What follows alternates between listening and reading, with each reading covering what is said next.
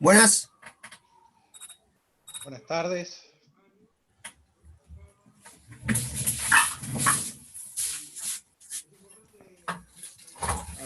Había activado el video, pero no el audio. Buenas tardes, ¿cómo andan?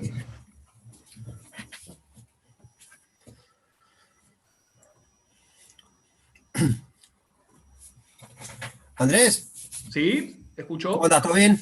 Bien, por suerte. Bien, escúchame, probablemente se unan al seminario Mirta González y Alberto Lando, ¿te acordás ya de la UBA?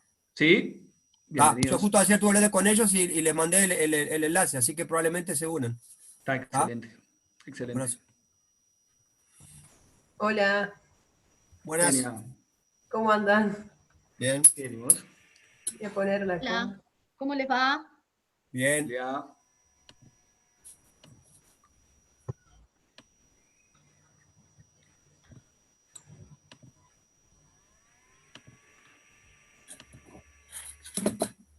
Silvia, ya sos coanfitriona, así que me parece que podés ya compartir.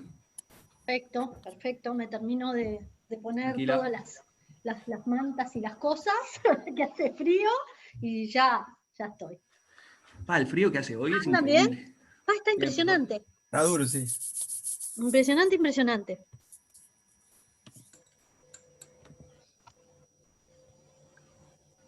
Muy bien.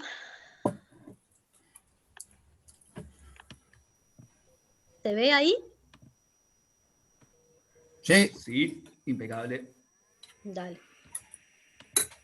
Buenazo.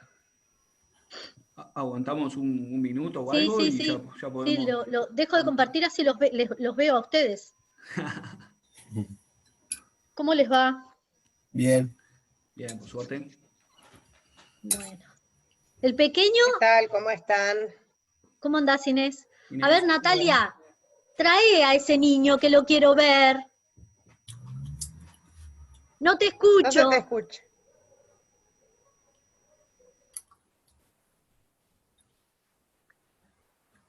No. No. Bueno, puede contestar el padre. Toca hacer todo.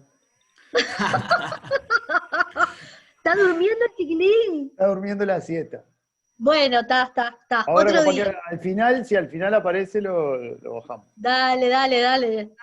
Porque ya está. Para que duerma la siesta en el horario de la siesta. El siesta, ¿no? y sí. Perfecto, está todo fríamente calculado, ¿eh? Sí. Todo aceitadito. En el horario del siesta, el chiquilín, sácate a la siesta. Ahora siempre. Buenísimo.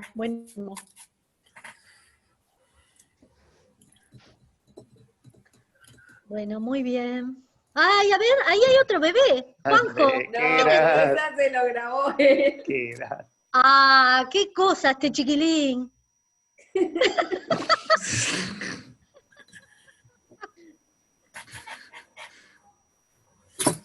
No, todas las pavadas. Bueno, pero ¿quién es esa bebé? Que diga él. ¿Qué bebé? ¿El que aparece acá? El hijo de Paula. El hijo de Paula. Ay, a ver, ponelo otra vez. Ponelo, tráelo. Bruno, vení. Con actuación y todo. ¡Ay, pero ese chiquilín está gigante! Es la cámara que te agrega 5 kilos, lo que pasa. ¿No? Sí, me imagino. Y la madre que debe de poner toda su energía para que ese niño crezca. Qué lindo. Bueno, muy bien. Bueno, o sea, ya Silvia. somos 24. Dale, Ramón. Sí. Antes no, porque yo no sé si has entrado, que tenés de invitados a Mirta y a Alberto de Argentina. ¿En serio? Ahí, Sí, siempre acá están los días. estamos. ¡Oh! ¿Cómo les va? Bien, ¿Cómo andan? bien, ¿vos? Sabés que todavía no consigo que nos vean, pero detrás de la CESA, del Centro de Investigación, estamos los dos.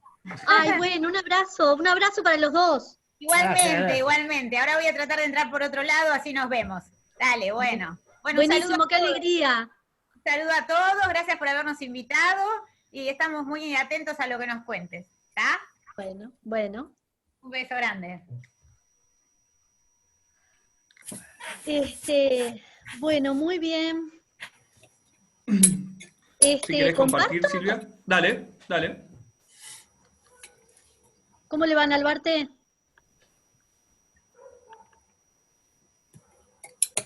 Tenés la mitad de la cabeza, se te ve la mitad de la cabeza. ¿Ahí? ¿La otra No, mitad? Ahora ¿Sí? se te ve. Está. Perfecto. Bueno, muy bien. Bueno, vamos a... Arrancada, ahí va. Eso te iba a decir. Vamos a comenzar el seminario de hoy. Hoy tenemos el placer de recibir a Silvia Rodríguez y nos va a hablar de modelos de series temporales adaptativos y robustos para predecir contagios y muertes por COVID-19. Bienvenida. No está grabando. Sí, está grabando, sí. ¿Así? Sí. Sí, creo que sí, yo veo el puntito rojo. Sí, Tranqui. sí. Bueno, muy bien. Bueno, les cuento para el arranque, supongo que algunos habrán leído la entrada, pero por las dudas, para los que no la conocen, que esto no es un trabajo propio, sencillamente lo que les voy a traer es contarles un poquito una solución que algunos autores plantearon a este tema. Así que, bueno, esperen que, voy a ver si esto anda, ahí va. La organización de la presentación, lo que yo pensaba contar un poquitito el día de hoy, es un poco lo que está numerado allí, contarles, bueno, qué es lo que me motivó a escribir esa entrada cuando Ramón nos convocó, un poquitito contarle los objetivos de lo que efectivamente voy a contar acá, que es... está como un poco más ampliado respecto del blog, porque obviamente al pensar que tenemos un público un poquitito más especializado, yo no sabía muy bien a quiénes iban a ser los potenciales lectores, entonces ahora les voy a poner algún detallecito más sobre los modelos que esta gente trabajó, ¿no?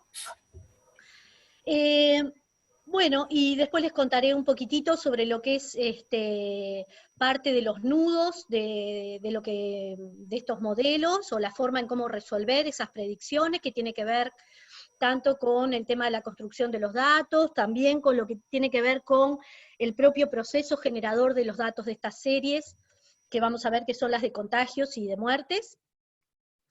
Después les voy a contar algunos detalles o algunos aspectos metodológicos que me parecieron interesantes en la documentación que ellos presentaron. Bueno, después contarles un poquitito algunos temas sobre evaluación de predicciones, sobre todo porque lo comparan con otros modelos, y después algunos comentarios finales para el cierre de esta presentación. Bueno, todos se acordarán que estamos en este baile a partir del 13 de marzo, ¿no? Y bueno, a partir de esa fecha, y sobre todo durante el mes de abril, en Uruguay circuló como un montón de opiniones, de modelos, de proyecciones, de simulaciones. Todo el mundo tenía como su propia solución, intentaba ejercitar alguna solución o alguna proyección sobre lo que nos iba a pasar con la pandemia, o en especial con la epidemia acá en Uruguay, ¿no? O bueno, a veces agarraban cifras de otros países e intentaban también hacer algún tipo de análisis. Pero la verdad es que en esa fecha, más allá de que las cosas ya se habían iniciado en China, ya en finales de diciembre, y en Europa ya estaban pasando por una situación muy complicada, había como mucho más incertidumbres que certezas sobre cómo se iba a desarrollar y qué era lo que iba a pasar con la evolución de la pandemia en América Latina y en especial en Uruguay. Así que, bueno, un poco eso, ¿no? Todo el mundo que quería entrenar algo, que sabía estadística, matemática, econometría o epidemiología, bueno, tenía sus modelos y circulaba un poco de todo. En esos días apareció también un artículo en La Diaria, de Graciela San Román, que lo traigo a cuento porque en ese momento fue para mí un disparador en ese sentido de esto que les estoy contando de la motivación, ¿no? Sobre lo que ella veía que eran las enormes limitaciones que se podía, sobre qué se podía modelizar con los datos que teníamos. Y bueno, entonces se planteaba como una limitación muy importante la forma en cómo se generaban los datos, cómo accedíamos a los datos, y prácticamente como que no había una respuesta ni una salida, por lo menos era como su planteamiento preliminar, ¿no? Bueno, yo también estaba bastante curiosa sobre qué posibilidades había de trabajar estos temas, y bueno, y un día entré en la página del International Institute of Forecasting, y ellos habían creado una sección especial en el blog que estaba como destinada a recoger distintas soluciones que los autores podían llegar a presentar, sobre todo lo que tenía que ver con la predicción de la evolución de la epidemia. Y allí aparecían distintas soluciones. Y bueno, la que les voy a presentar me pareció especialmente interesante, y ahora les voy a contar por qué. Y por eso es que me pareció que, aunque no fuera no es un trabajo original de quien presenta, sino mi único mérito es haber leído con atención lo que ellos proponen y haber seguido un poquitito lo que han hecho para poder compartir esto en principio con los que le podían interesar el tema, y en este caso en el seminario con los compañeros y los amigos de otros lugares. Sobre todo, ustedes piensen que, por ejemplo, había como mucha incertidumbre en Uruguay, ni había mucho, como una cosa más rectora que empezó a organizarse cuando se crea el grupo asesor científico, ¿no? Que recién en mayo ahí había como algo más organizado, habían como trabajos con distintas alternativas y puntas, pensando distintas cosas de manera más organizada. Hasta ese momento no había mucho de esto.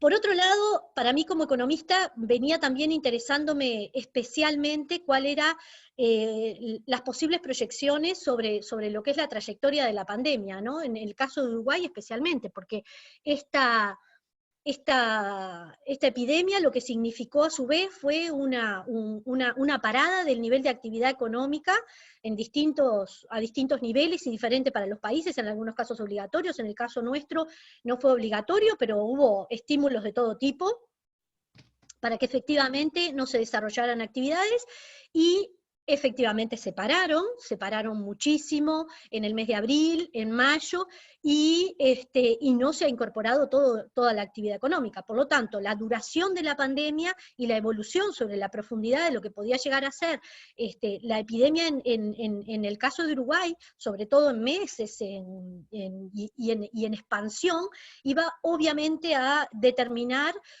por ejemplo, las proyecciones sobre el nivel de actividad económica que se podrían llegar a hacer, ¿no?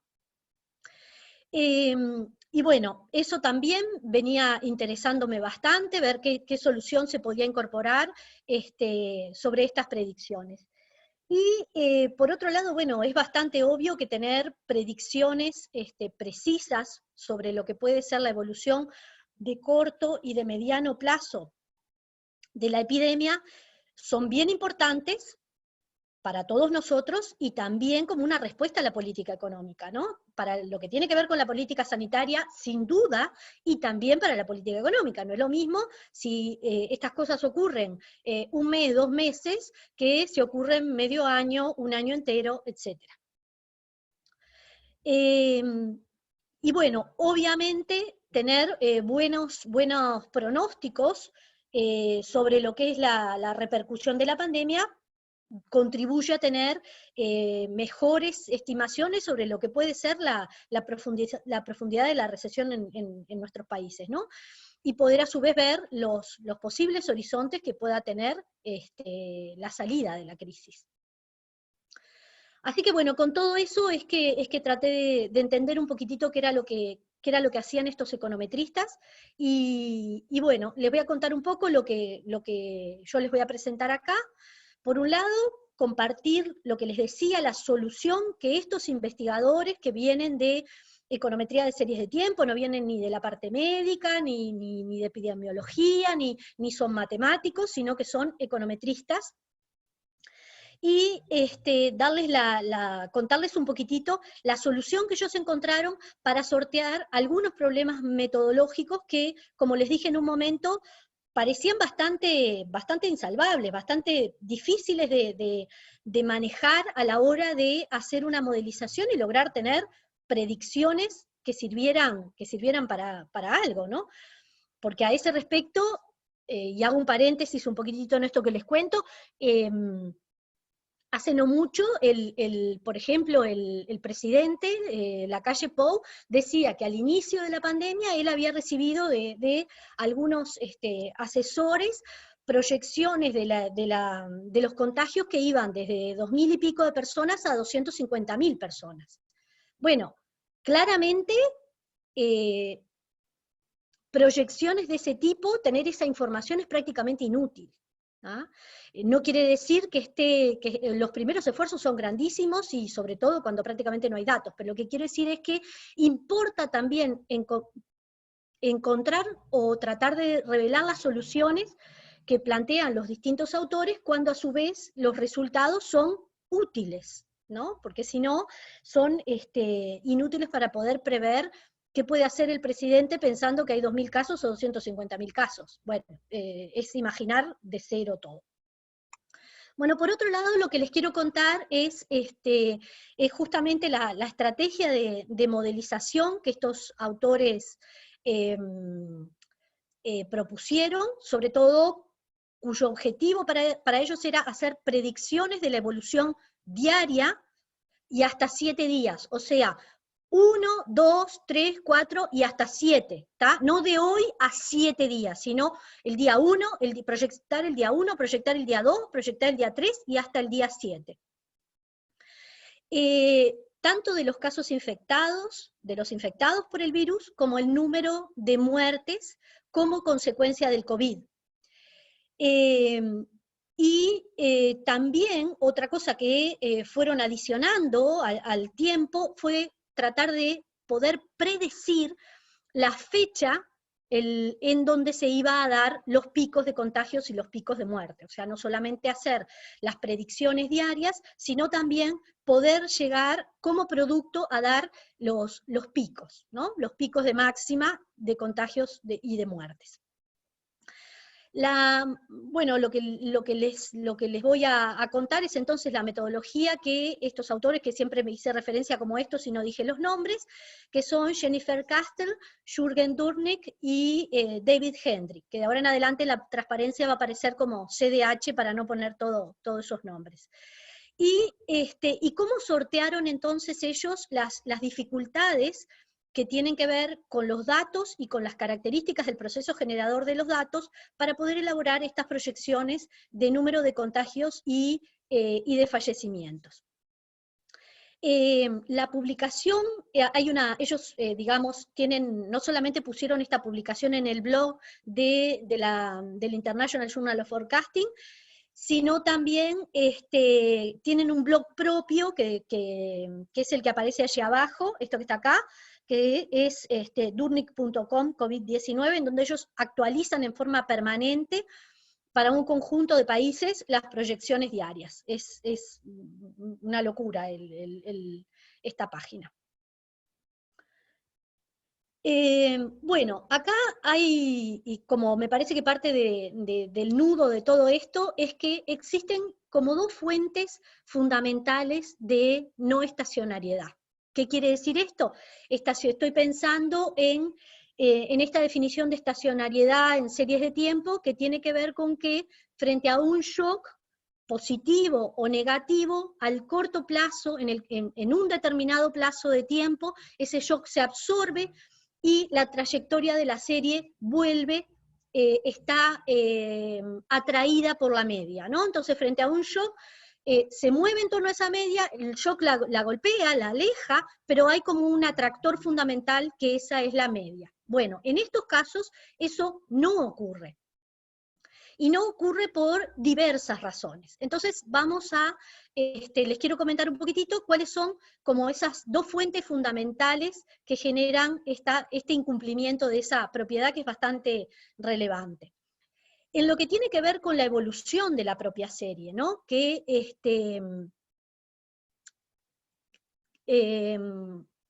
a ver, déjeme ver bien qué es lo que puse allí, lo que proviene de la propia evolución de la serie en condiciones normales y que definen el carácter estocástico del componente tendencia. O sea, ellos lo que van a hacer es analizar las características de la propia serie y verificar el componente estocástico que tiene esa serie y las características de las propiedades, digamos, de este proceso generador de datos. Por otro lado, otra de las fuentes fundamentales que generan esta no estacionariedad es, porque no solamente implica un alejamiento de la media, sino que también la varianza va a ser, digamos, no estable, sino que puede tender a infinito incluso, y por otro lado, la distribución no es estable a través del tiempo. La distribución conjunta de esos datos no es estable. O sea, todas estas son las propiedades que no se estarían cumpliendo en cuanto a lo que, en grandes rasgos, lo que sería una serie si fuera estacionaria. Otra de las cuestiones que pueden hacer, llevar a que esta serie no fuera estacionaria es la consecuencia de que exista, o sea, como consecuencia de que existan cambios bruscos, quiebres de distinta magnitud que pueden llevar a que la evolución de las variables no tenga ese comportamiento más estable, más estacionario, cuyo atractor podría llegar a ser la media. En presencia de estos fenómenos, entonces, lo que ocurre es que no hay ninguna fuerza dinámica que asegure que los datos vuelvan hacia ese valor predeterminado, ¿tá? Y es frecuente también que exista un patrón de variabilidad a lo largo del tiempo, o sea, que la propia varianza evolucione en el tiempo. Cualquiera de las tres propiedades principales, digamos, de la estacionariedad débil no se estarían cumpliendo, ni un retorno a la media, ni una estabilidad en la varianza, ni que se siga una función de distribución o los distintos momentos de la serie sean estables a través del tiempo.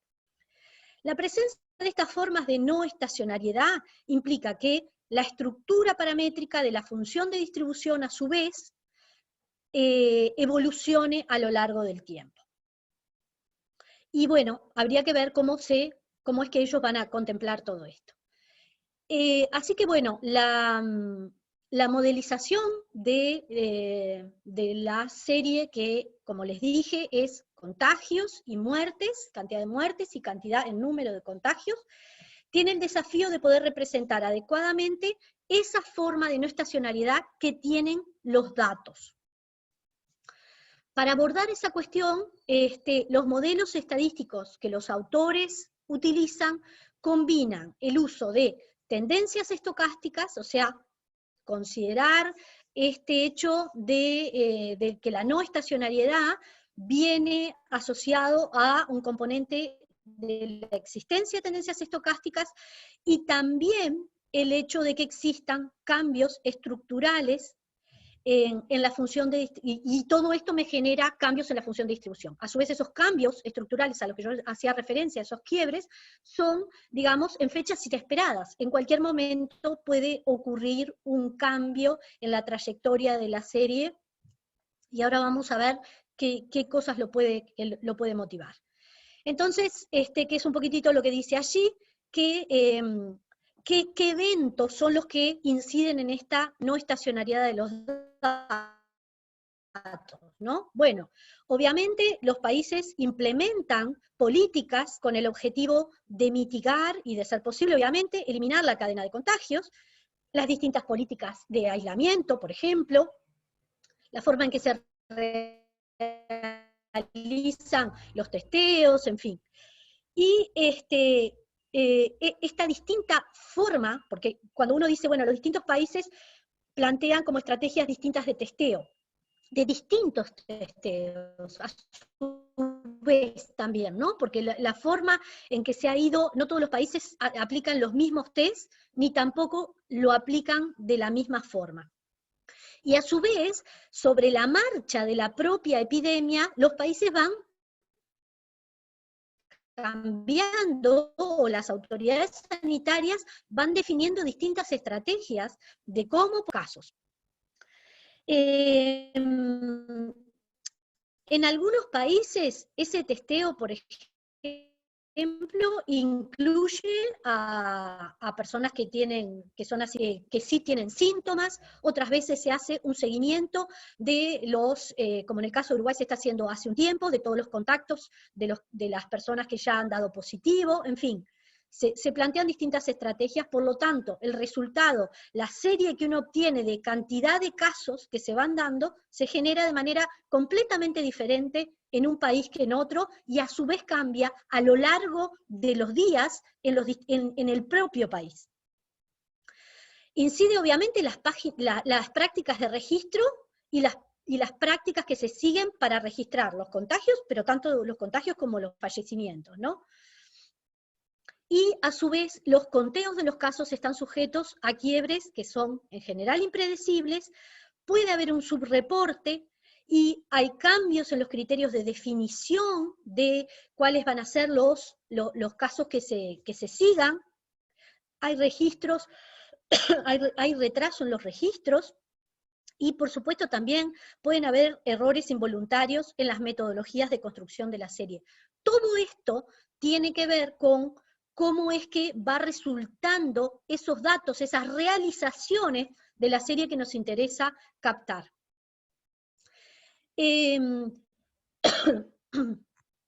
Como les dije anteriormente, estos autores adoptan un enfoque metodológico que no es el más extendido, digamos, como, ¿a qué me estoy refiriendo? El más extendido inicialmente, por lo menos en Uruguay, lo que se ha visto, que son el tipo de modelos epidemiológicos, ¿no? Entonces ellos tienen otro enfoque,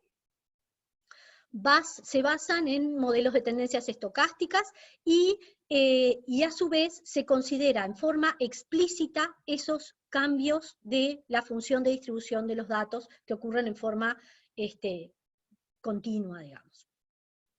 La propuesta que ellos plantean consiste en aplicar ahora después lo vamos a ver con más detalle escrito en una ecuación, la aplicación conjunta de operaciones de diferenciación, como las que se pueden usualmente aplicar en los modelos de Box y Jenkins, asociado también a técnicas de saturación, que ahora después les voy a contar un poquitito de qué se trata esto, o en más detalle, que la idea es aplicar un conjunto de variables cualitativas, de variables dummy, cuyo objetivo es recoger los quiebres o los puntos críticos que se van produciendo en los datos en el transcurso del tiempo.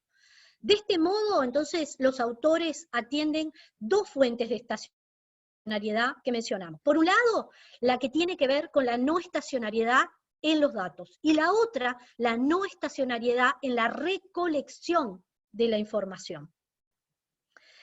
Y permiten entonces construir modelos predictivos robustos que se van adaptando a esos cambios de comportamiento en los datos.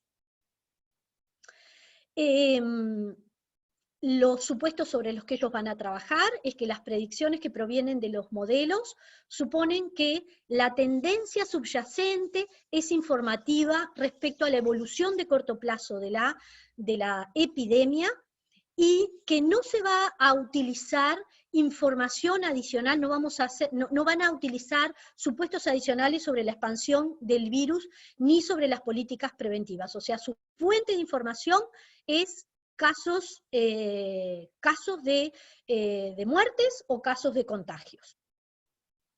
Así que en ese sentido son modelos complementarios a los modelos epidemiológicos.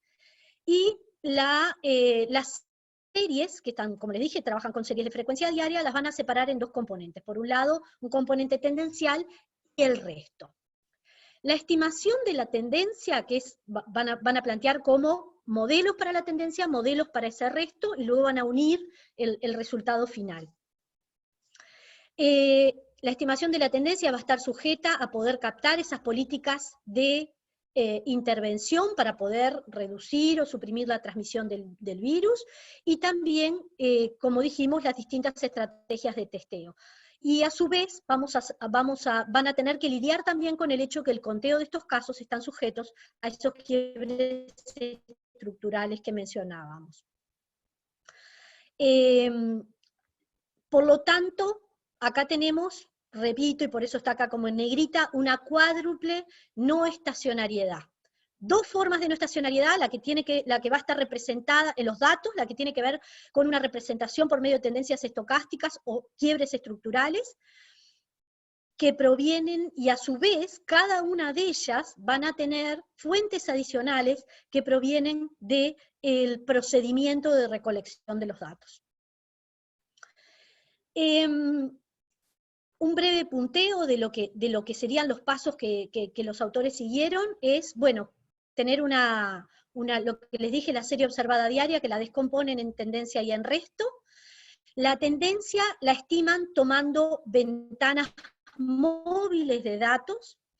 Por su parte, saturan, o sea, introducen una dummy,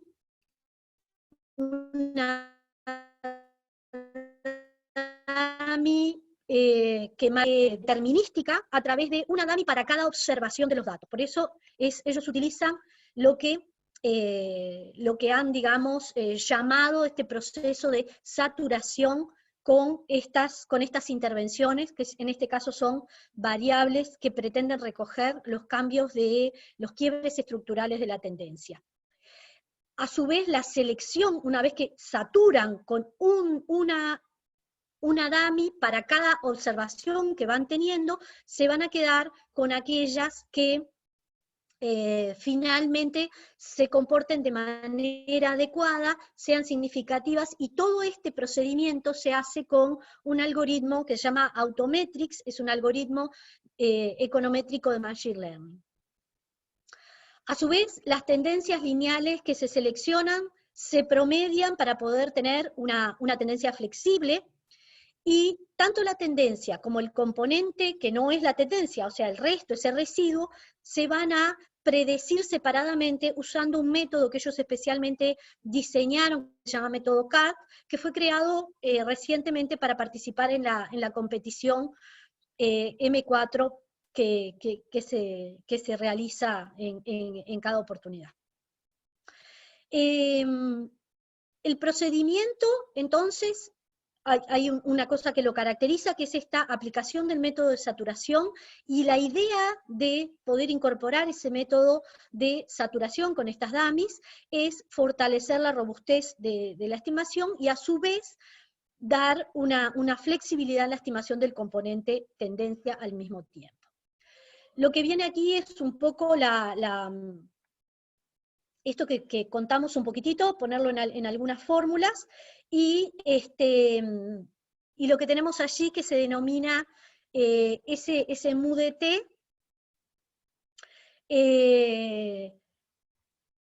tienen el MUDT sería la tendencia, lo que está en la ecuación 2, tenemos la serie, menos el componente tendencia, que sería lo que está denominado acá como mu gorro de t, porque es un componente no observable, es estimado, y ese epsilon t sería el resto, lo que no es el componente tendencial, y y son los datos, ¿no?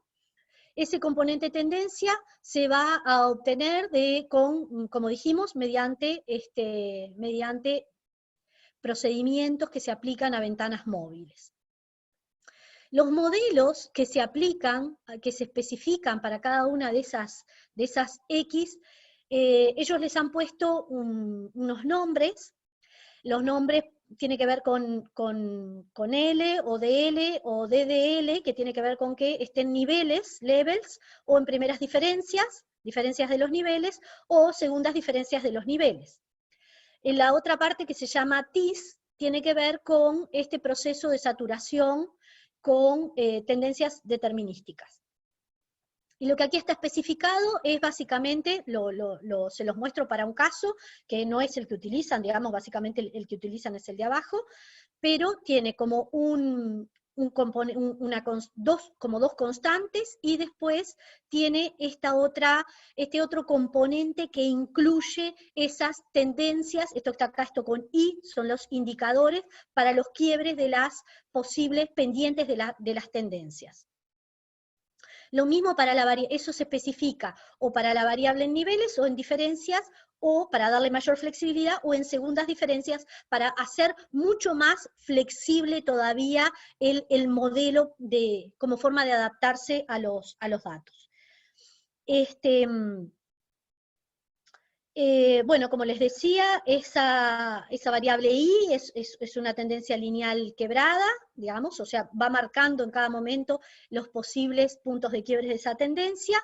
El superíndice F, que figura acá arriba, tiene que ver con que esos términos se incluyen siempre, sí o sí, en la especificación, y TW es el conjunto de tendencias que finalmente se seleccionan para esa ventana W, que no tiene que ser las mismas en todo caso.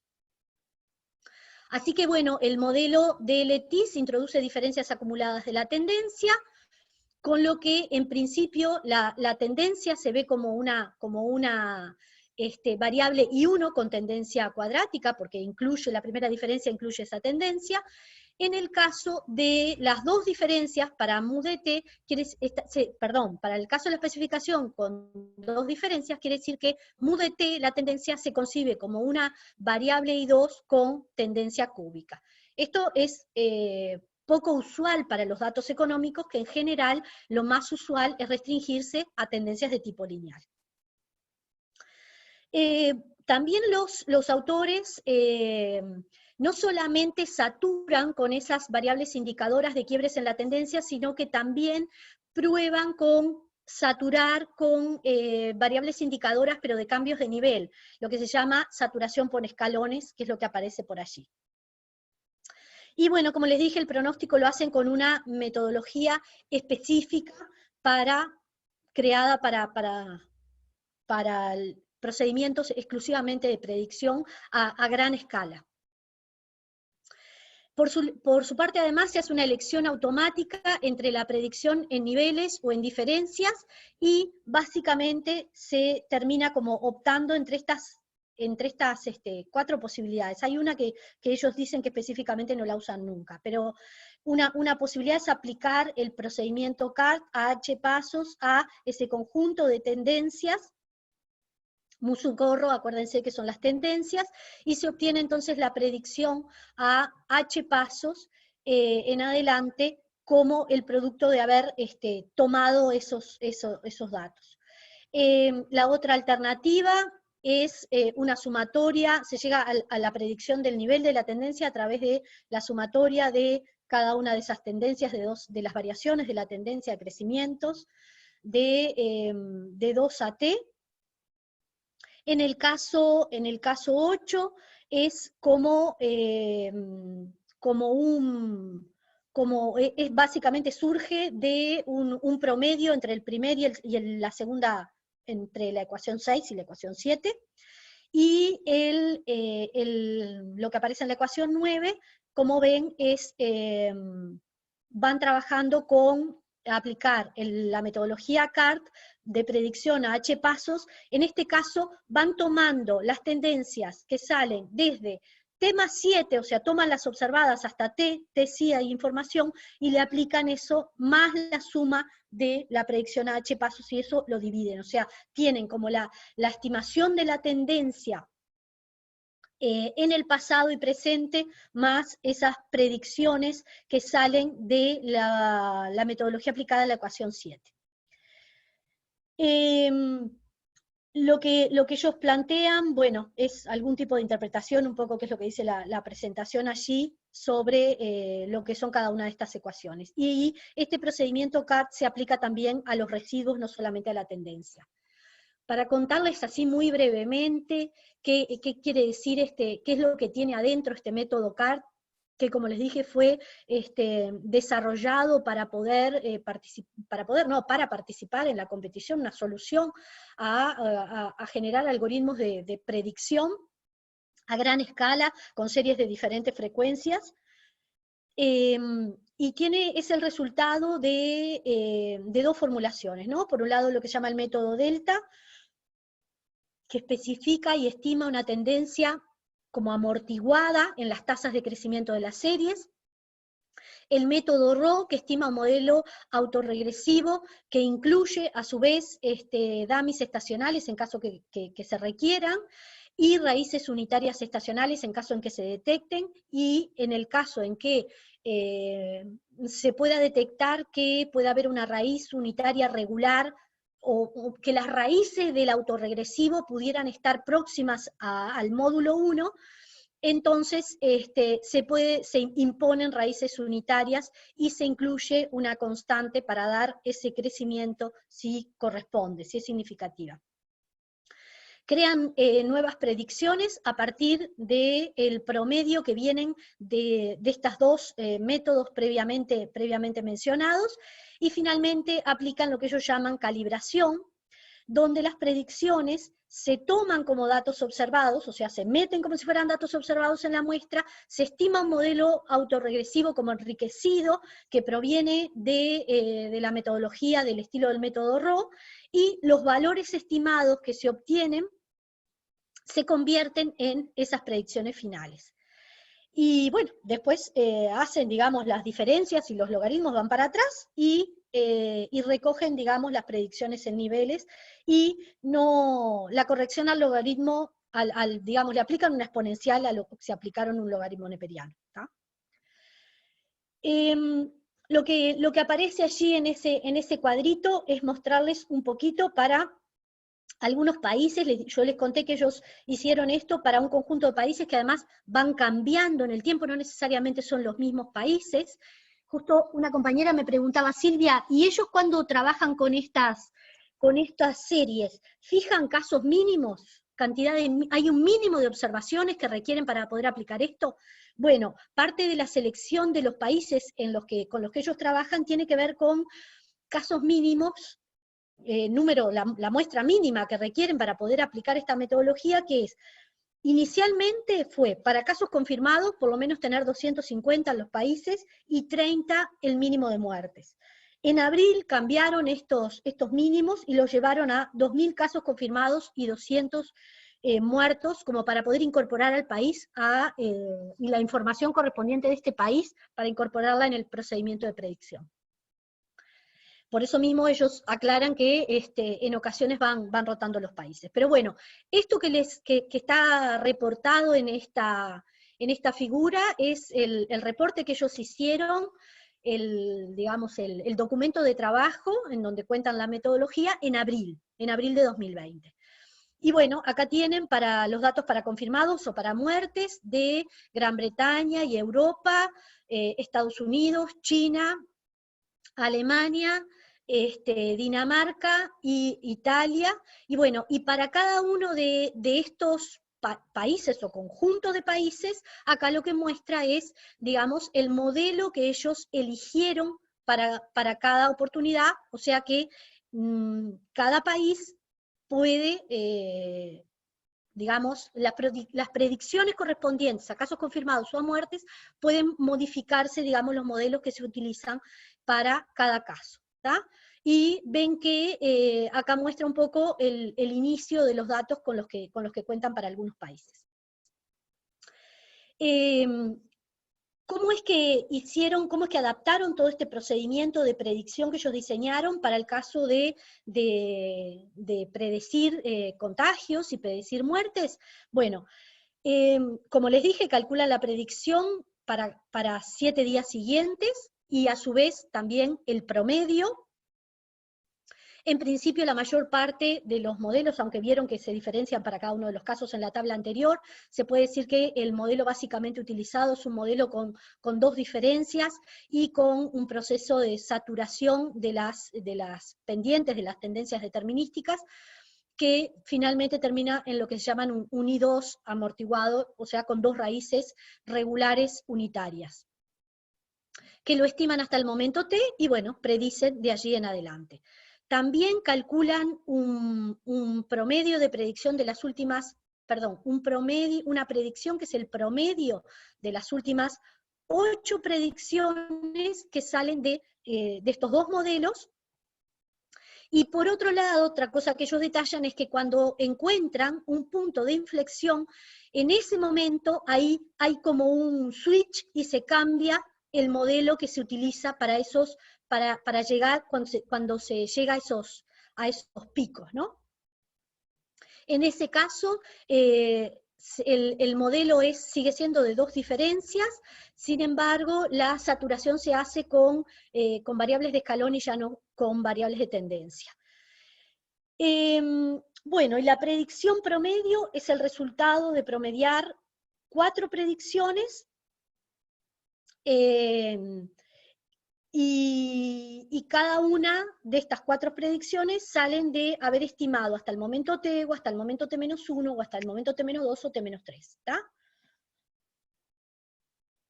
Ellos, a su vez, en lo que sería algo así como el Consejo Asesor para el gobierno de Gran Bretaña, era, digamos, utiliza modelos de tipo epidemiológico. Entonces ellos lo que hicieron fue intentar comparar, a su vez, en términos de predicción, cómo eran los resultados que iban obteniendo ellos con este tipo de modelo y compararlos con los modelos de tipo epidemiológico. En esta tabla lo que ustedes ven es, trataron de compatibilizar, porque los modelos epidemiológicos daban la cantidad de casos a 7 días, no de a 1 día, a 2, a 3, hasta llegar a 7, sino para toda la semana, digamos, a 7 días. Compatibilizaron esos resultados y generaron algunas variables, indicadores de desempeño predictivo, como la media absoluta de los errores, y ahí van comparando para lo que sería, señalo un poco acá en el cuadro, esto que se llama MCIC, sería el resultado de, digamos, de la media absoluta de los errores para estos días que figuran acá, del modelo epidemiológico. El F sería el modelo de los autores.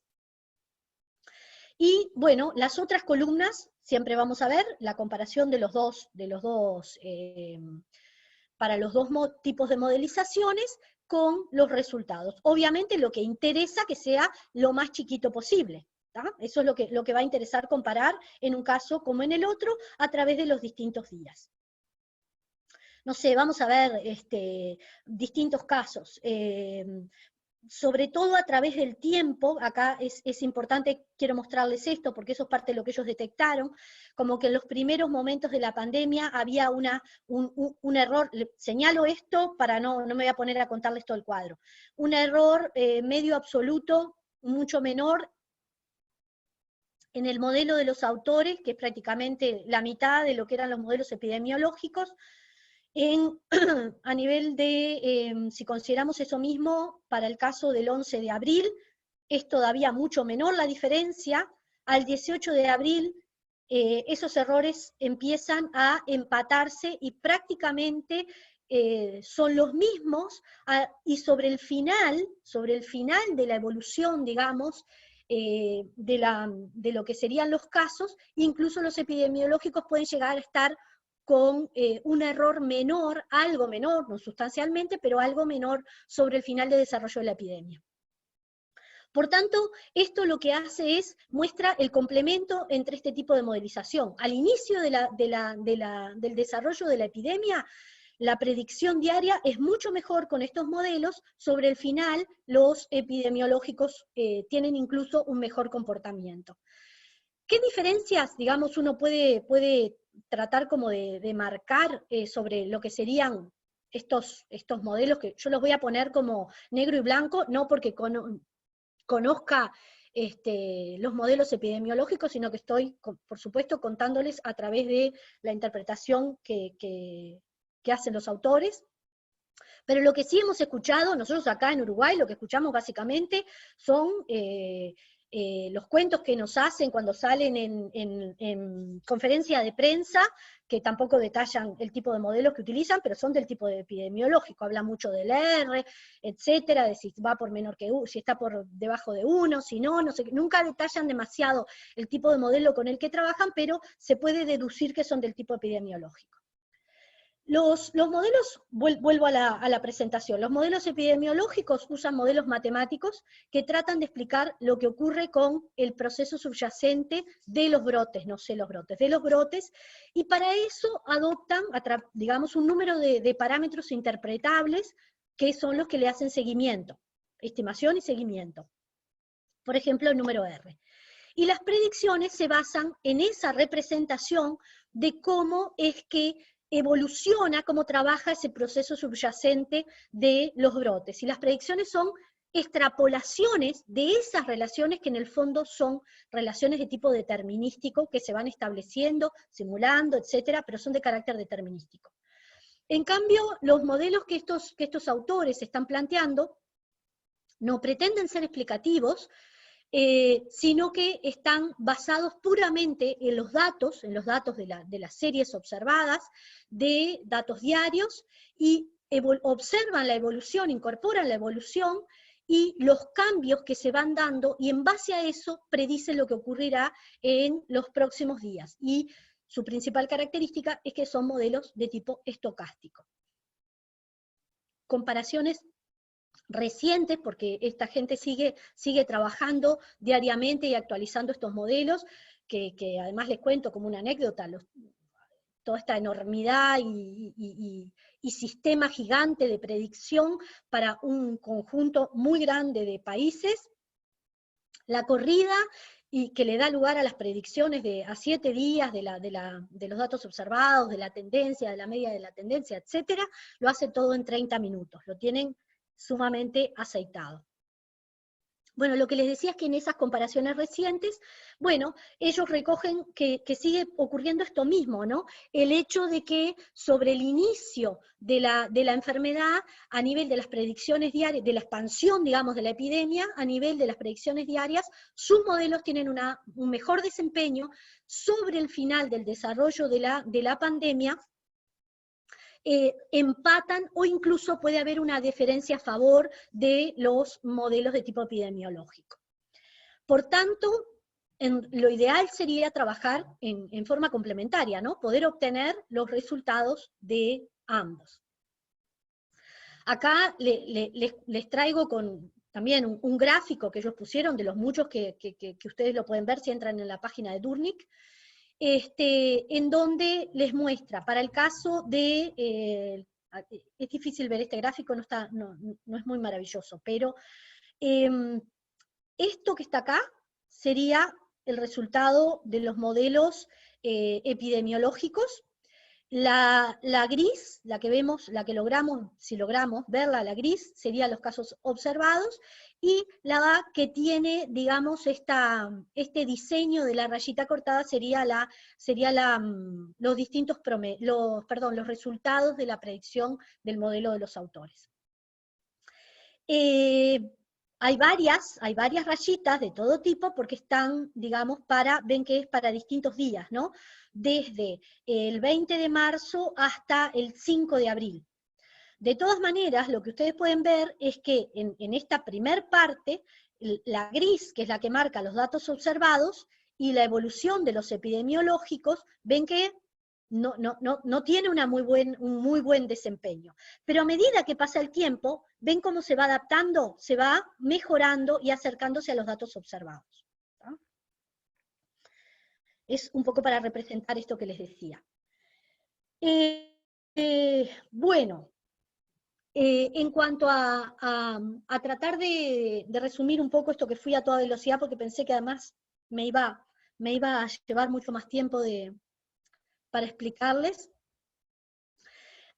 Puedo respirar un poco para hacer el cierre, y contarles que, bueno, ellos plantean, obviamente, y nosotros lo sabemos y lo discutimos justamente en la sesión del siesta anterior, la relevancia de producir y publicar los datos, o sea, la relevancia de que sea lo más transparente, que el acceso sea el más rápido y menos complicado, en vez de poner el PDF, que pongas los datos limpitos para simplificarle la vida a la gente, y que puedas tener un conjunto de gente pensando en el problema, que quizás vos no sepas ni siquiera dónde está, pero que pueda darte mejores soluciones que las que tu posible consejo asesor seleccionado te pueda dar, o complementarlas, ¿tá? Que sería lo más importante. Si los datos no están disponibles, si los datos no están lo más prolijamente posible recabados, genera problemas adicionales en la modelización. Y obviamente estas fallas, esta falta de transparencia y de dedicación a la publicación en los datos, no ayuda a los gobiernos cuyo mayor compromiso es obtener un éxito en la lucha contra la pandemia, ¿no?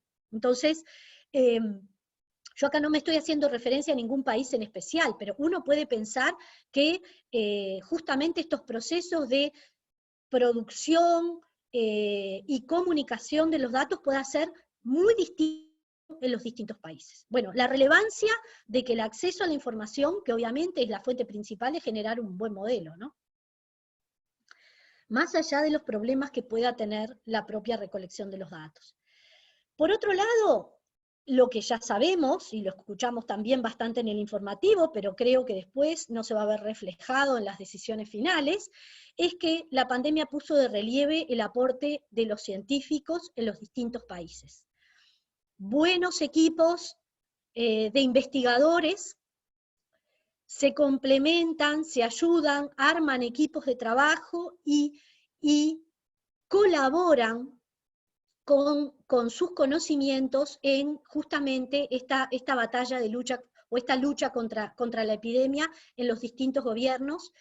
Y bueno, obviamente este apoyo a las autoridades sanitarias y a las gubernamentales me parece que está especialmente puesto arriba de la mesa en estas instancias en donde, por ejemplo, en el caso de Uruguay, por suerte, nombraron un conjunto de técnicos que los ayude, que los asesore a poder, digamos, comunicar adecuadamente y a salir de las incertidumbres que trae todo esto. Después, cuando veamos el presupuesto, vamos a ver cuánto efectivamente lo valoran o no lo valoran. Pero ese ya es otro tema que no tiene que ver con esto. Por otro lado, que a mí me seducía, digamos, de contarles un poco todo esto, es que los aportes, los avances de los académicos que trabajan en econometrías de serie y tiempo, que está bueno que sean considerados como referencias, sobre todo los que están vinculados a la práctica predictiva, y que no exclusivamente esas metodologías tienen un uso como flechado y un único uso, que sería la aplicación en economía. Este caso y muchos otros que se pueden nombrar, desde, no sé, desde Granger, que trabajó también con cosas vinculadas a medio ambiente, o incluso Hendry, que también trabaja en un instituto que tiene que ver con el clima, y tiene, digamos, alumnos. Hay especialmente uno que se llama Félix Petrix, en el caso de Hendry, que es uno de los últimos alumnos que trabaja en esto, en esta parte de clima. Por otro lado, en lo que tiene que ver ya más con lo que es la mecánica de los modelos, la relevancia del uso de estos modelos adaptativos, que no son modelos explicativos, pero que sí tienen una excelente performance predictiva.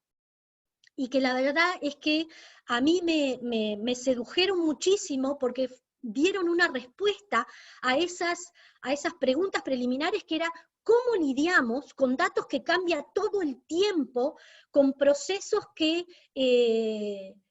tienen una evolución y un ciclo propio de las epidemias, y a su vez con datos que son recolectados con cambios de definiciones, o sea, todo este combo junto, cómo es que se resuelve y cómo lo resolvieron a través de estos métodos adaptativos? Y bueno, finalmente las contribuciones de estos autores, de Jennifer Castell, de Jürgen Dornick y de David Hendry, que la verdad es que a su vez tienen un valor adicional, y es que obviamente deben de tener unos equipazos trabajando con ellos, pero en tiempo real ponen a disposición documentos muy detallados sobre la metodología que utilizan. O sea, hay mucha transparencia en documentar, tanto en estas páginas, tanto en las conferencias que dan, tanto en los documentos que escriben y que actualizan, porque desde que yo empecé a mirar esto, que tenían un primer documento en marzo, luego tuvieron uno en abril, salió otro en mayo, y justo hoy estaba mirando que hay un documento nuevo de junio, en donde incorporan más información, a medida que obviamente van aprendiendo sobre la evolución de estas series con las que están trabajando. Bueno, entonces eso, la transparencia con la que trabajan, la exposición de los resultados y de la metodología, la evaluación continua del desempeño predictivo de sus modelos, el esfuerzo por compararlos con otros modelos que están, digamos, atendiendo, por ejemplo, las autoridades sanitarias en el caso de Inglaterra, y la verdad es que todo esto ha sido puesto a disposición del público de manera gratuita, digamos, hay un acceso gratuito, y no porque los ingleses sean especialmente de acceso abierto, porque la verdad es que toda esta gente trabaja en general con una serie de programas que son maravillosos absolutamente, pero que no son de acceso abierto. Sin embargo, en esta oportunidad uno tiene un acceso total en las propias universidades donde ellos trabajan, en sus propias páginas que crean, a buena parte de la información, digamos, en donde uno puede recoger esa experiencia. Así que bueno, espero no haberlos aburrido demasiado y contarles este caso. Bueno, Silvia, te agradecemos por la linda charla que nos diste. O sea, es una alegría la cantidad de participantes que existieron en el seminario, así que otro punto a favor para la charla. Podés respirar un poquito, así que hago un poco de tiempo y abrimos el espacio para preguntas. Ya tenemos a Laura con la mano levantada, y el que quiera consultar, ya sea, puede poner ahí la mano levantada y vamos por orden haciendo las preguntas. Laura.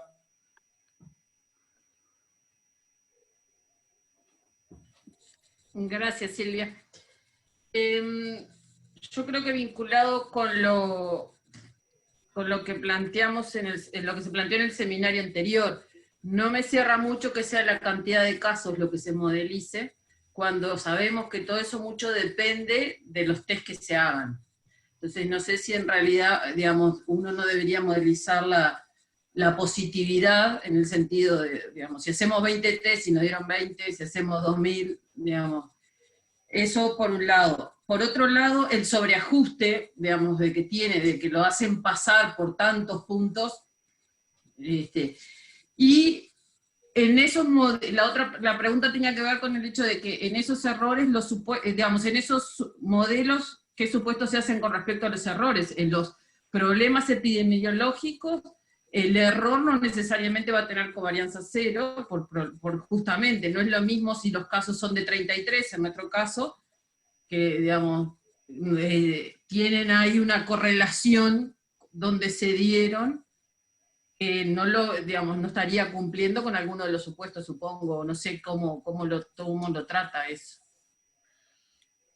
Bueno, en el caso de lo que decías de tratar el número de casos y justamente la forma en cómo son medidos, es parte de lo que ellos dicen que tenés el tema de la no estacionariedad en la recolección de los datos. Ese es parte del problema, y por eso un modelo súper adaptativo no quiere decir de ajuste, porque ellos dejan muy claro que los modelos, buenos resultados en predicción, no están asociados a los modelos con mejor ajuste. ¿tá? Adaptativos en el sentido de que frente a los shocks o frente a grandes errores, rápidamente, justamente el modelo recoge esa información, digamos, se alimenta esa información y corrige sus predicciones en forma Sí, pero inmediata. eso tiene que ver con las indicatrices que le pones.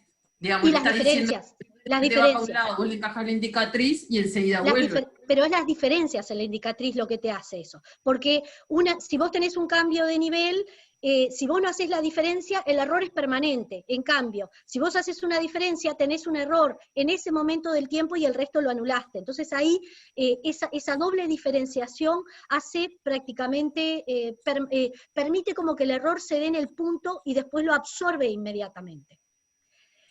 Y me habías dicho algo más y se me fue, Laura. Lo de los datos. Que la cantidad de casos, no sé si me parece que es lo que uno debería modelizar. Eso. Porque todo eso sabemos que depende de la cantidad de test que se hagan. Hemos tenido meses esta discusión. Sí, por eso mismo, creo que la respuesta que ellos dan es esa, eso sí es lo que te decía, que básicamente considerar que hay distintas estrategias de testeo que cambian en el tiempo y por tanto la forma de recolección de datos se te mete adentro de la propia no estacionariedad de la serie, es lo que ellos encuentran que este tipo de modelos resuelve eso más allá de estos cambios. Pero me habías dicho lo de los errores, si los errores estaban correlacionados o no. Bien, ellos viste que hacen como dos estrategias. Por un lado, se quedan con un componente tendencial, que a su vez alisan y demás, y por otro lado tienen el resto de la serie que puede ser, incluso hasta pueden encontrar, yo he visto en un webinar que dieron hace poquitito en junio, lo estaba bichando ayer, que incluso podés tener hasta componentes estacionales, no por la forma en cómo se da la enfermedad, sino por cómo se recolectan los datos. Entonces, en algunos casos en Brasil, por ejemplo, veías que tenían una estacionalidad impresionante, y es porque, yo qué sé, lo sacaban el viernes y te los mandaban el lunes. Bueno, entonces todo ese tipo de cosas las van incorporando en ese residuo. Y en ese residuo, la forma en cómo tienen de modelizarlo, o con un AR, o con un MA, y cómo van haciendo esas mezclas, creo que allí solucionan ese problema. Un AR, algo de eso tienen que tener. Un AR y más. En la parte del CART, del procedimiento de predicción CART, viste que tenía una parte, dos alternativas, el ROY y el delta. Y ahí es donde ellos modelizan ese resto con eso. O sea que creo que por ahí eso lo soluciona.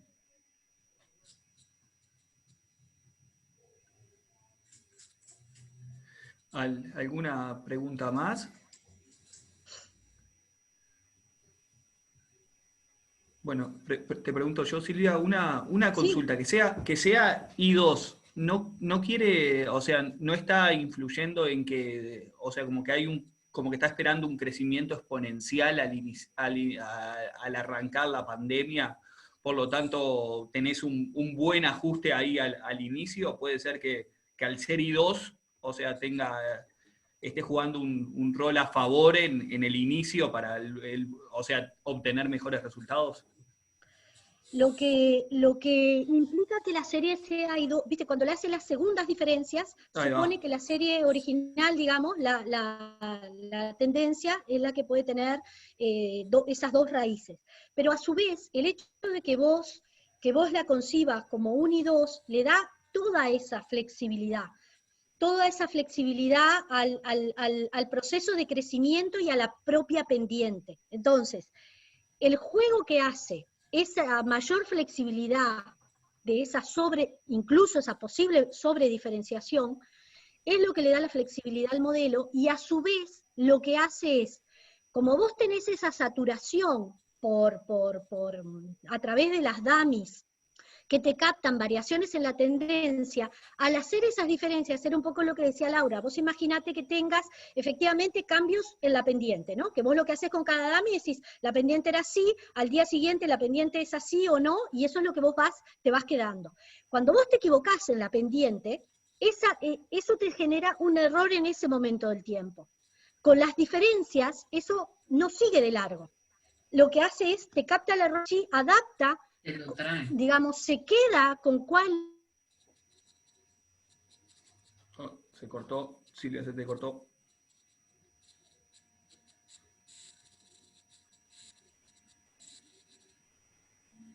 Silvia, ¿estás ahí? Pero no sé, Apareció, pero estás con el coso apagado. el micrófono apagado. Ahí le reactivé el micrófono.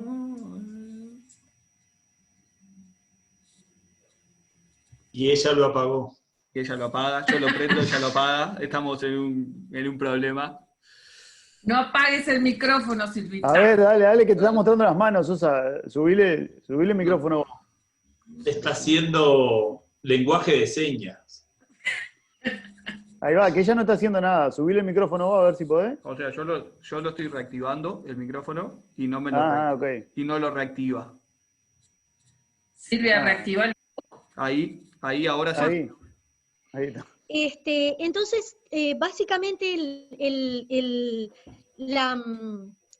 esa doble diferenciación, que sí, uno la puede interpretar como que la original, como que la tendencia estocástica, no la determinística, la estocástica, tiene una trayectoria que ya no es lineal, sí quiere decir eso, pero es adaptativa. Eso le da un nivel de adaptabilidad mucho mayor. Muchas gracias, Silvia. Nacho. No, bueno, súper divertida la charla, sí. Quería 2 preguntas súper cortitas. Una es si tienen, o sea, si ahora esto que último comentaste de los autores y que dejan disponible cosas, si hay disponible como una herramienta para poner los datos de tu país y ver la estimación del modelo. Si probaste ponerle la serie de Uruguay, digamos. No, yo no lo probé. Y no, me parece que lo que no ponen a disposición es, digamos, no te dan el software para que vos lo corras, para que tú lo corras. Por otro lado, sí tienen un GitHub en donde tienen ahí un montón de cosas, si te metes en la página de Durnic, ahí vas viendo, digamos, ahí te va metiendo. Creo que lo que no te dejan es eso, bueno, te llevo los datos y ustedes lo arman. Por otro lado, y esto está vinculado también un poco al tema de los casos. Y yo esto también lo pensé en una de las últimas conferencias en donde salieron los científicos a decirnos, ay, no se enloquezcan, que los brotes es lo que tenemos que vivir de acá en más con esos brotes. Que en un momento, dentro de las cosas que está bien, es una conferencia de prensa, no te van a poner a detallar el modelo con el delta no sé cuánto, ¿no? Pero Paganini en algún momento hizo alguna referencia como a 2 cosas. Una, que trabajaban así como con un promedio y un alisado en las tendencias, se ve que por ese lado también se hace, y lo otro que deslizó es que cuando tienen poquitos casos se les volvía muy inestable. Y viste que en este caso, en el caso de los autores, estos que yo estoy haciendo referencia, trabajan con un mínimo de casos confirmados, casos de muertes, que a esta altura nosotros, por suerte, quedamos totalmente afuera. Es muy probable que cuando la cantidad de casos es muy chiquita, vos pensás todo lo que perdés, digamos, en esta formulación que están haciendo, no sé si sería adaptable para el caso de Uruguay. Eso es lo que, digamos, falta pensar, ¿no? Bueno, esto tan divino que a vos te encandiló, Silvia, ¿qué haces con el caso de Uruguay? Bueno, tendría que ver cómo esto se podría adaptar y si los niveles de errores en la predicción siguen siendo más chicos que los epidemiológicos, sobre todo porque estamos también en poquitos casos. Y es muy probable que también los epidemiológicos sean muy inestables, también. Pero no lo sabemos porque no sabemos las predicciones. O sea, por lo menos yo no sé, Nacho, si vos me contás dónde puedo encontrar los modelos que están aplicando, y las predicciones, los errores de predicción que están aplicando los modelos de nuestros científicos, yo no encontré nada de eso. Sí, o sea, igual mi pregunta iba a que si estuviera como el software medio disponible ahí, uno no piensa nada, pone los datos y mira qué pasa. Me parece que no. Me parece que no, otra cosa que sí pasa de muchos modelos que se aplican en muchos países y que son difíciles de adaptar para Uruguay, es que muchas veces como tienen, o sea, los otros países son más grandes, básicamente, entonces tienen como varios casos en distintas ciudades y usan distintas series, y eso te da mayor identificación de los parámetros del modelo, y acá tendríamos esencialmente una, yo qué sé, no sé, capaz que podés Sí, acá vivir solo separar usan uno. Montevideo, yo capaz, pero nada. Entonces, muchas de las cosas que se hacen afuera no son directamente aplicables. Sí, pero pará, yo tenía otra pregunta, que era Dale. igual te digo esto, sí, hay varios modelos en la vuelta, me parece que podés tener más suerte con el equipo de GIAD que el GACH. El GACH medio que no saca información para afuera. De hecho, no fluye tanto incluso al interno. O sea, hay información ahí, pero es mucho más fluida los equipos de la universidad. Ahí hay alguna. Creo que en las primeras notas había algún modelo medio estimado. Incluso había Sí, uno eso- que tiene que ver con la pregunta que te iba a hacer ahora.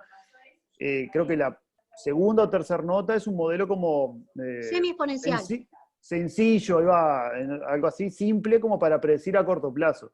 Mi Sí. pregunta iba a ser si ellos contrastan contra un modelo epidemiológico que es algo complejo, y entonces es razonable eso que les da. En el corto plazo le gano, porque el otro está tratando de modelizar toda la epidemiología de la epidemia, y capaz que en el después, con un plazo más largo, medio que es lo mismo, o incluso a veces pierdo. Mi pregunta es si probaron con algún modelo por el otro lado, con algún modelo simple, y vieron si le ganaban a ese en el corto plazo. Ellos, Sí, ahí está. O sea, los autores, claro, no, yo lo que encontré en este ahí documento va. era la comparación solamente con estos casos. Sí, en el blog del Journal, del International Journal of Forecasting, ahí sí, ahí sí tenés como distintas aproximaciones, desde modelos de serie de tiempo mucho más simples, que los mirás y te da la sensación de que no pueden caminar nunca, pero ellos mismos, que yo sepa, que yo solamente recogí la información disponible, ¿no? Lo que estaba en las páginas y nada más. Eso no lo sé. Y alguien preguntó algo, me parece. De Sí, me están diciendo que hay, Sí. o sea, el código que te comparten está en Ox. Sí, Oxmetrics. Por eso te digo, Pero Ox no es público, ¿no? No, es muy No. caro, es maravilloso absolutamente, tiene un desarrollo fantástico, súper bien documentado, pero lejos está. Lo que hacen es, por ejemplo, lo podés usar en un pendrive, ¿tá? Si alguien lo paga, después vos lo podés usar. Pero son muy machetes los ingleses, por eso me sorprendió a su vez este nivel a su vez de transparencia, que sí lo tienen, cuando con el caso no es lo mismo una cosa que la otra, ¿no? No quiero confundir. Una cosa es la transparencia, la metodología y en el detalle de lo que están haciendo, y otra es el programa. Pero el programa es pago, Autometrics es una parte de Oxmetrics, y este es un programa que diseñan ellos mismos, sobre todo. Gracias. Silvia. Sí. Yo justo tenía la pregunta de Nacho de la predicción, porque ellos predicen a un día, a 2, 3, a 4, van retroalimentando. Sí, todos los días hacen proyecciones a 7 días. Claro, pero desde el punto de vista de la planificación es poco eficiente, ¿no? Porque se supone que vos no decidís, tenés que poder dar un salto más, digamos, pensar en una semana para ver qué pasa, si tenés que abrir o cerrar. Bueno, lo que pasa que ahí justamente el propósito que estos modelos tienen son, están creando otros modelos que son de mediano plazo también, yo en esos no me metí, pero estos son de cortísimo plazo, justamente que vos puedas, incluso esta propia uso de la frecuencia diaria te ayuda a encontrar como más fácilmente los picos, ¿no? Y acá tengo una pregunta que preguntan desde Argentina, si el software Autometrics lo venden. Si lo venden adentro, es parte del Oxmetrics, y sí, Henry difunde esto. Y si sé cómo se comportan estos modelos cuando se acercan al punto de inflexión. Bueno, ellos hacen un análisis específico para distintos países y te van mostrando justamente, pero hay una cosa que yo no tengo claro. Vi que lo que hacen es testean y tratan de encontrar la fecha del punto de inflexión y la van estimando, que incluso en algunos países es más complicada que en las otras, cuando, por ejemplo, la forma de recolección de datos tiene como mucha estacionalidad, entonces tenés un pico para allá arriba, y es porque, bueno, juntaron toda esa información y recién la mandaron hoy. Y cambian el modelo cuando se encuentra a un pico. ¿Cómo se comportan? Yo no encontré, por lo menos, capaz que ahora sí, yo creo que ahora sí, mejor dicho, me confirmo, ahora sí en la página de Durnick, que la estuve revisando ayer, tienen tablas mucho más completas y creo que hacen un desempeño predictivo de la parte diaria y también de la parte de los picos, digamos, de comportamiento de los picos. No la miré específicamente para hoy, para contables. Bien. ¿Alguna pregunta más que tengamos? Gabriela. Sí, hola, ¿qué tal? Excelente charla. Buenas. Quería saber si tienen si muestran sobre las predicciones, alguna comparación con los datos que fueron recogiendo, ¿no? Si hay, digamos, porque bueno, ellos hacen todo esto, pero ¿qué es lo que pasa cuando los aplican? Cómo se comportan los datos en función, digamos, las predicciones en función de los datos que van apareciendo. Sí, ese cuadrito lo hacen para todos los países, y ese cuadrito que yo les mostraba, para que lo comparto y te lo muestro, para que lo busco, dame un instante.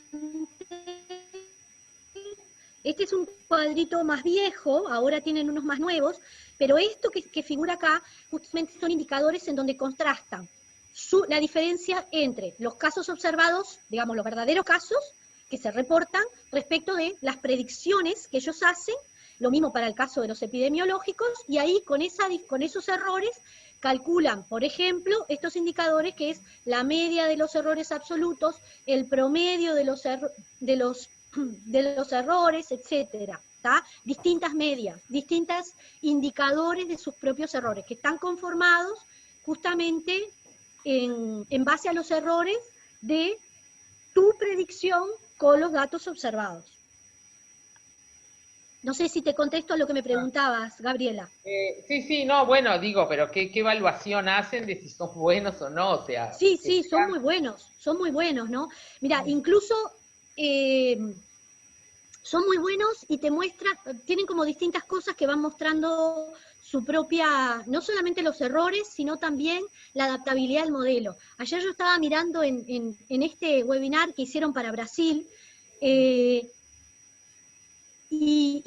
te mostraban justamente, para el caso de Brasil, ¿viste? Imagínate como un pelo que está florecido, ¿no? Que tiene como, tenés el pelo y las ramitas que salen al costado. Bueno, entonces ellos te iban mostrando cómo te iban quedando le iban quedando para el caso de Brasil, predicciones de la tendencia que iban para acá, y cuando el dato observado corregía, volvían, y a veces iban para el otro lado, te iban mostrando la adaptabilidad, digamos, que iba teniendo, a su vez, las correcciones que ellos hacían de sus propias predicciones, día a día.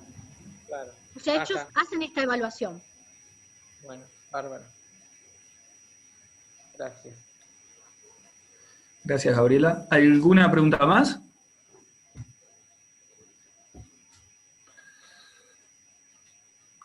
Bueno, si no hay más preguntas, le agradecemos a Silvia la presentación y comunicamos que para el miércoles que viene también está Silvia Almart en este caso, y el título de la presentación es Ideas para el turismo uruguayo ante el impacto del COVID.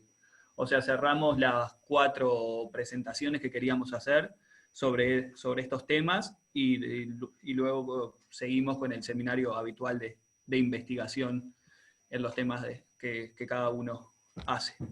Bueno, le agradecemos la presencia a todos, o sea, contentos nuevamente, lo digo, por la cantidad de público presente, y nos vemos el miércoles que viene. Bueno, un gusto compartir este rato. Espero que no les haya dejado la cabeza así. Gracias, Silvia. Chao. Chao. Chao. Sí. ¿Vos al final qué pasó ahí en tu trabajo? ¿Para qué me está hablando que me